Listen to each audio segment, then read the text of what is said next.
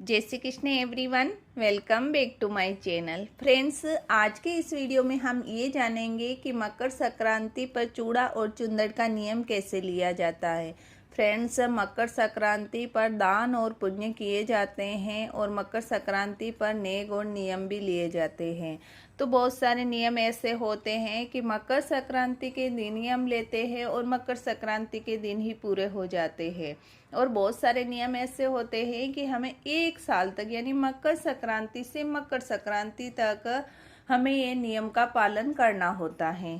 Friends, ये नियम सुहाग का नियम है और इस नियम को हमें किस तरह लेना है और क्या दिया जाता है, आइए जानते हैं।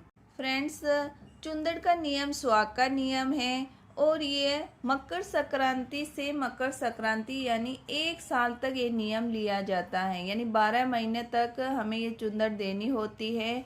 महीने की पूर्णिमा के दिन ये चुंदड़ किसी सुहागिन महिला को उड़ानी होती है।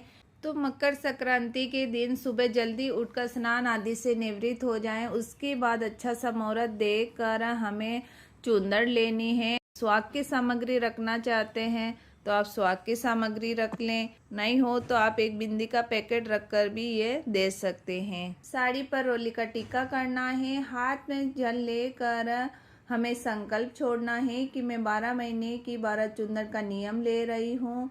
तो हे भगवान, आप मेरे इस संकल्प को पूरा कराएं। और संकल्प छोड़ने के बाद आप ये किसी भी सुहागिन महिला को ओढ़ा सकते हैं। देखिए, आप चाहें तो खाना खिलाकर भी ओढ़ा सकते हैं, आप चाहें तो मिठाई का पैकेट ले जाकर भी ओढ़ा सकते हैं। लेकिन जब आप पहली चुंदड़ का नियम ले रहे हैं, जब आप खाना खिला रहे हैं तो आपको 12 ही पूर्णिमा के दिन आपको खाना खिलाकर ही ये चुंदड़ देनी होती है। इसलिए ऐसा नियम लें कि आप 12 ही महीने इसका पालन कर सकें।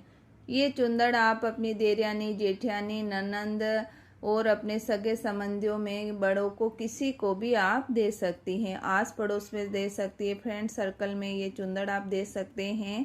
सुहागिन महिलाओं को ये चुंदड़ ओढ़ानी है।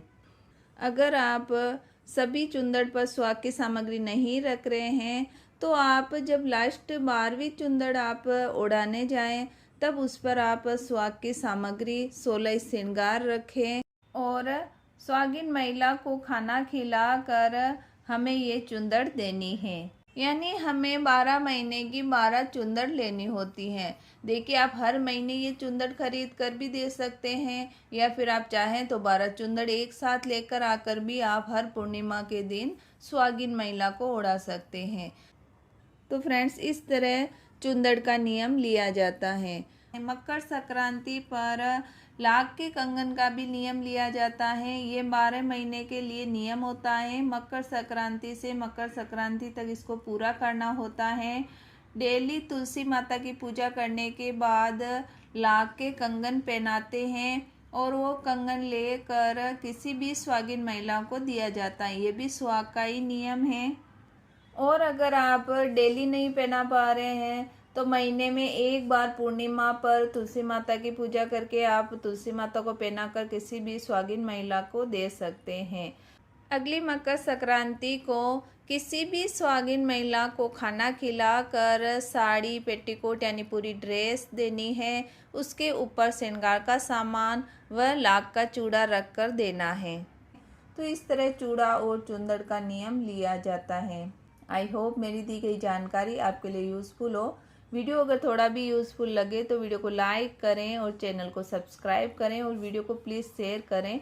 मिलते हैं किसी और वीडियो के साथ। जय श्री कृष्णा।